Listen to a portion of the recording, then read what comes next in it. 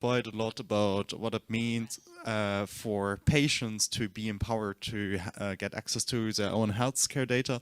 And on the same topic, now Morten will tell us about one of his projects, the Smart4Health project, to get a citizen-centered data exchange with FHIR.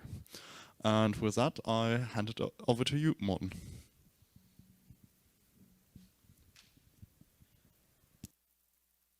There's Ernebjerg. Yes, hi everyone, welcome. I guess we don't have that much time, so I'll just start the video and very happy to answer any questions we may have afterwards about this. So yes, have fun. Welcome to this talk on the Smart4Health project and how it uses FHIR. My name is Morten Ernebjerg. I'm a senior developer at Data4Life. We're a non-profit company working with a range of partners to improve digital healthcare research and on involving citizens in such research through studies. One project we've worked on is the Smart4Health project.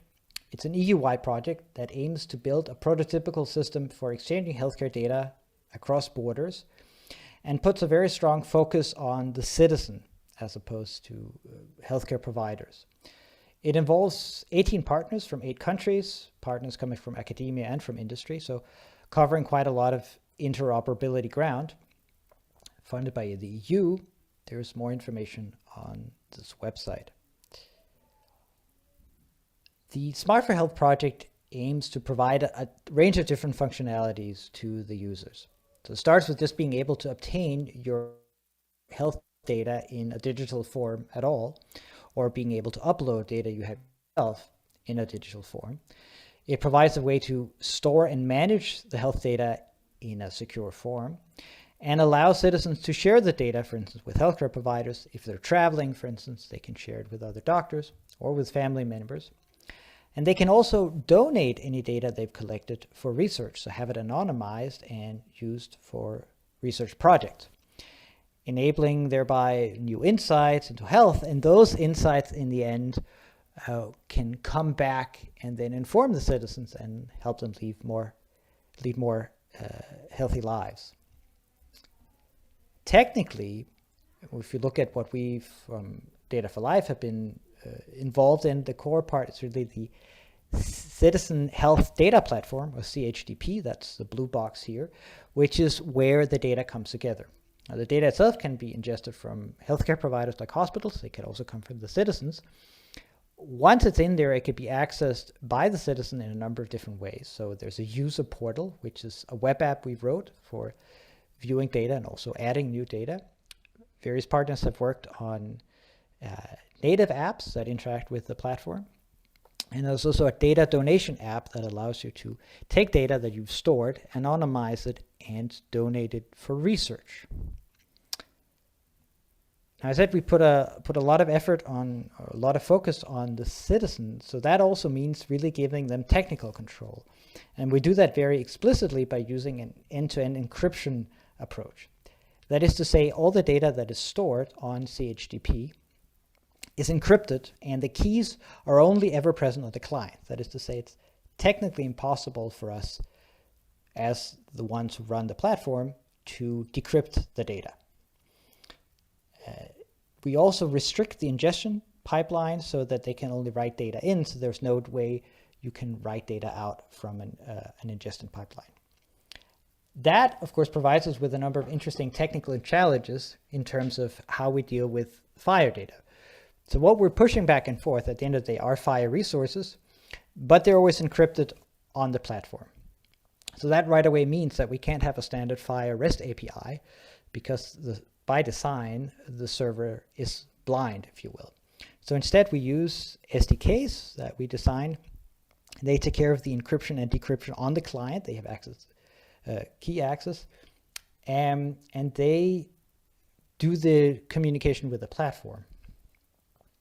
In the user portal, for instance, we also built a custom layer because now really we have to move some of the functionality that's usually done on the server into the client. So for instance, in this layer, we map FHIR resources out. We pull the right FHIR resources that are needed from the platform, ensure that they're linked in the right way before handing it over to the real UI code.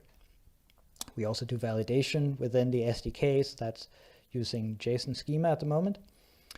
And another restriction approach we come to use is that we rely quite a lot on logical references between resources, so references in terms of business IDs rather than the literal references, that the URLs that you're used to. And again, that comes down to us not having a REST API, and to the fact that the ingestion clients cannot read anything about existing resources.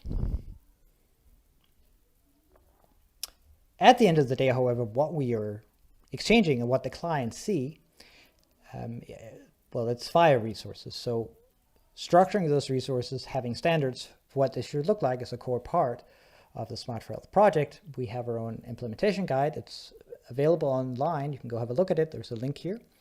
And what was decided from the very beginning was that we will stay very close to the International Patient Summary, or IPS, which is really the global baseline for FHIR data exchange in many contexts, and provides a great starting point for something like what we're doing, cross-border exchange. IPS itself was initially conceived as a way to pack a lot of data into sort of a snapshot bundle. We are really using it in a toolbox manner. We're exchanging individual resources, and so we pick out individual IPS profiles and reuse those. And I think it brought us a lot of benefits, certainly just the code guidance, the suggested coding system, so on, that comes with the IPS, really helpful. Though I should say, of course, it's also, in our situation, I think quite helpful that it's always possible to add more code, so the slicings are open. Because, of course, what we have within Europe is an abundance of national coding systems. They may not be so useful abroad, but if the data comes back to the country of origin, they can bring a lot of value.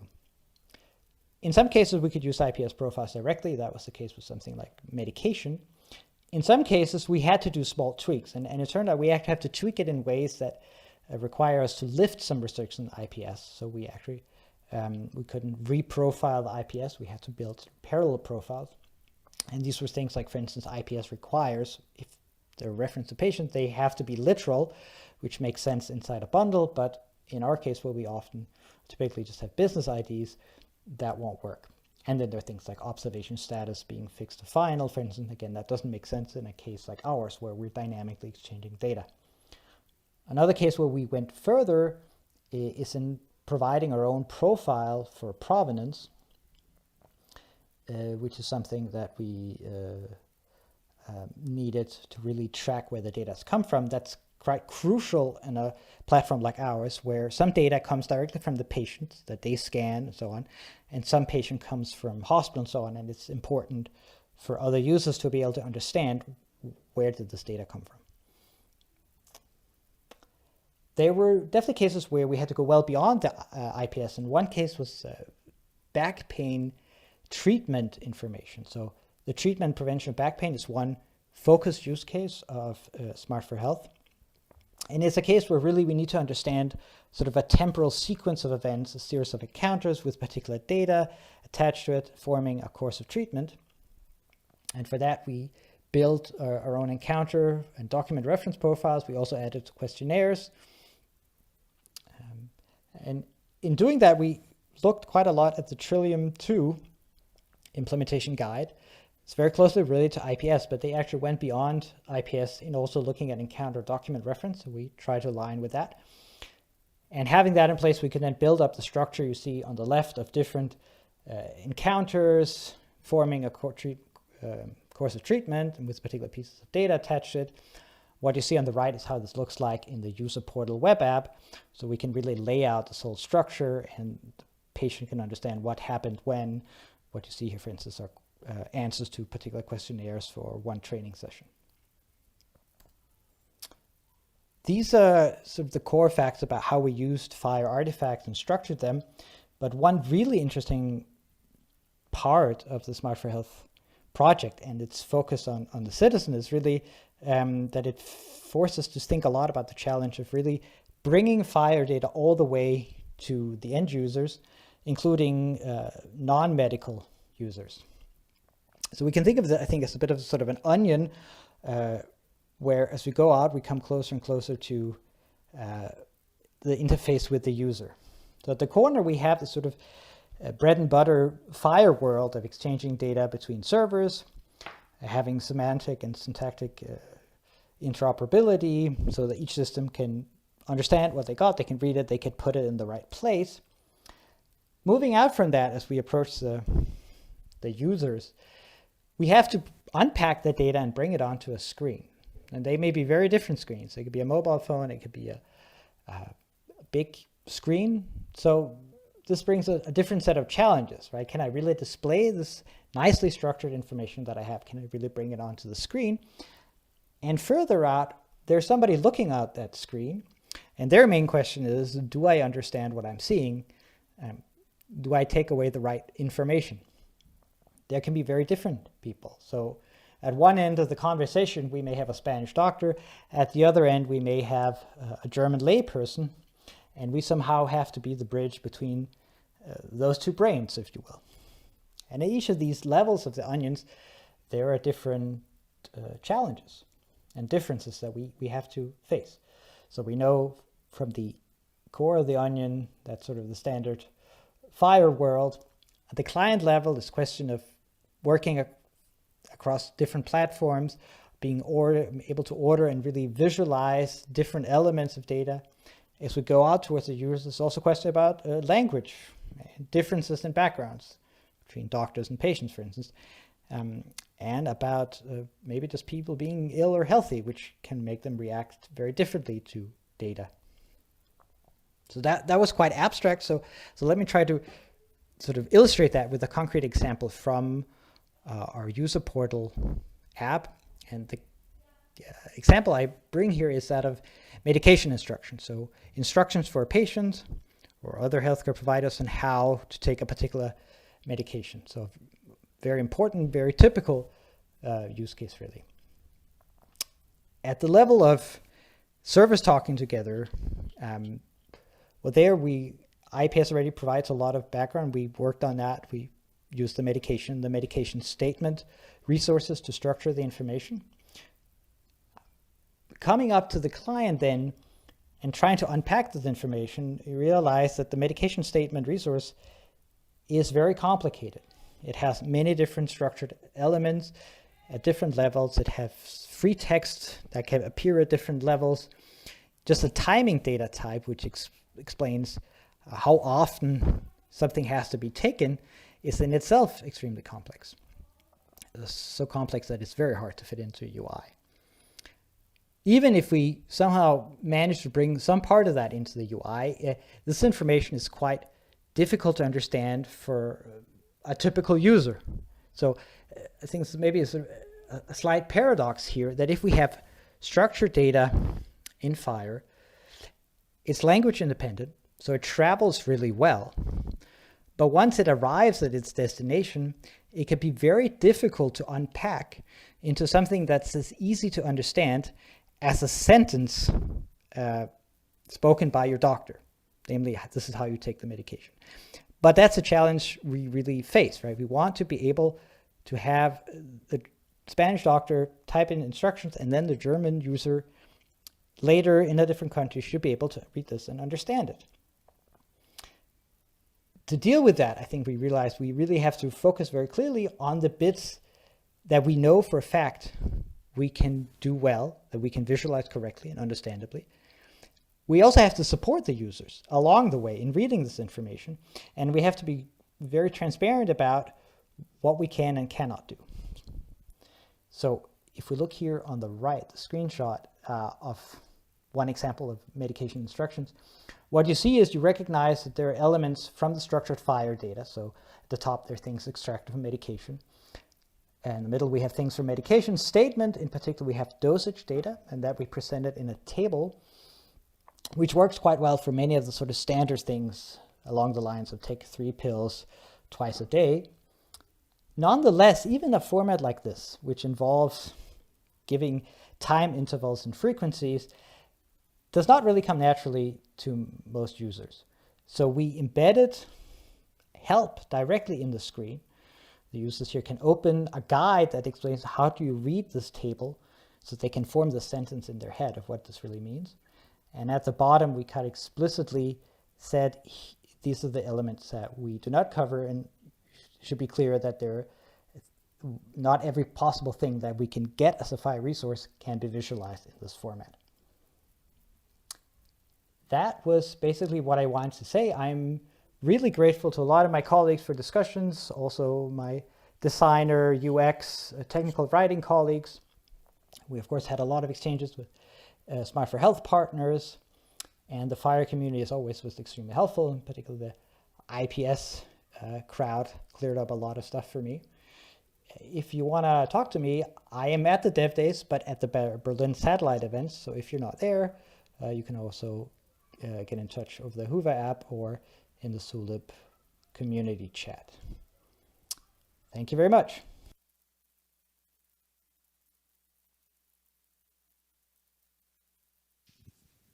All right, thank you so much for that, Morten. Do we have any questions here in the audience?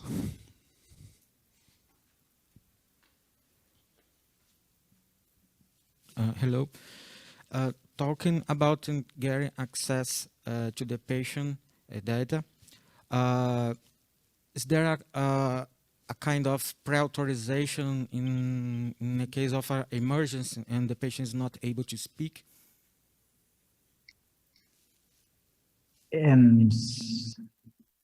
Not if, sorry, I guess I don't quite, so didn't quite understand that question. So, so the person is not able to speak, you mean as a... The patient has an accident, serious accident, and not able to speak. Okay. I understand. So the Smart4Health system isn't really, you mean, so whether it's an emergency situation access, sorry. Okay, yeah, thanks. It's not really targeted for that because really the patient still has to log in, and so the sharing has to be triggered by the patient. There's no sort of break the glass emergency way to access the data. So I guess that was very much, I guess, one of the thoughts behind IPS, but in our use, it's slightly different. So it wouldn't work in that case, actually, because the patient would have to log in instead of initiate the sharing. There's no way really otherwise to get to the data. Maybe a API, maybe IPA, sorry. Yeah, so in terms of accessing the data, that it gets a little tricky again because we have this encrypted platform. So there's really not a normal REST API. You need to decrypt the information, you need the keys. They're only on the client device. So whatever you do, you have to go via the client's device to get the data. Yeah.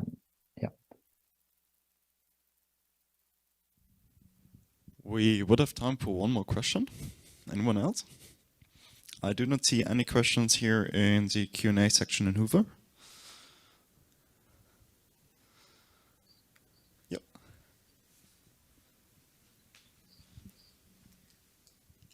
Hello, thank you for the talk. I was wondering, is it a cross-institutional project? And how is it that you clear data for research? So it is cross-institutional. So we have, there are different hospitals involved, there are universities involved across countries. Yeah, so that definitely cross-institutional. In terms of I'm afraid I can't say that much to the pseudonymization because it's actually, let's say, a different part of the project that's handled by a different partner. I guess you were asking about how we anonymize the data, or?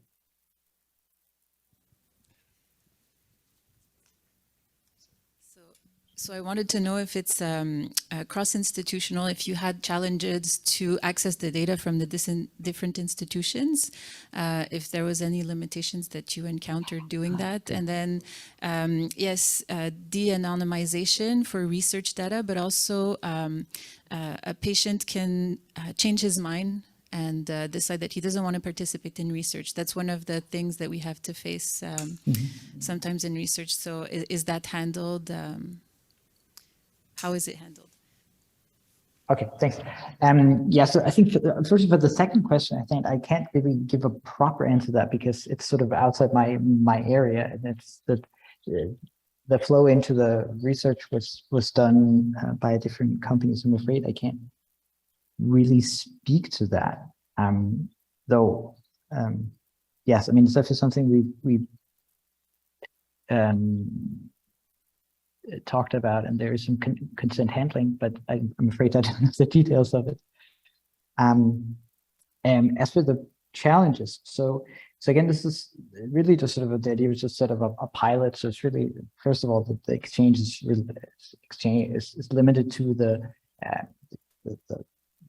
partners. So there's no attempt to sort of pull data from a generic from any provider or sort of random hospital or so on. It's only between the partners. So I think there, I mean, I guess that's maybe not a good compare. I mean, certainly it is a complicated process in general to get the data out of the hospitals, but yeah, I mean, the project is still running, so we don't have all the data yet. So there's still connections being made. What we work most with so far is the back pain data. It's coming from our physiotherapy practices, and it was already integrated via an IT company. So that actually worked very well. But yeah, for the details again of the hospitals, I can't say that much about exactly how yeah, the negotiation or the work, but again, it was sort of from the beginning, it's only the hospitals that are in this and sort of said from the beginning, okay, we're interested in doing this. So I guess that lowers the bar, but the motivation is different. All right, thank you so much, Morten, for these insights. And yeah, please say hi to everyone in Berlin for me. I will. And also thank you here in Cleveland. Have great DevDays.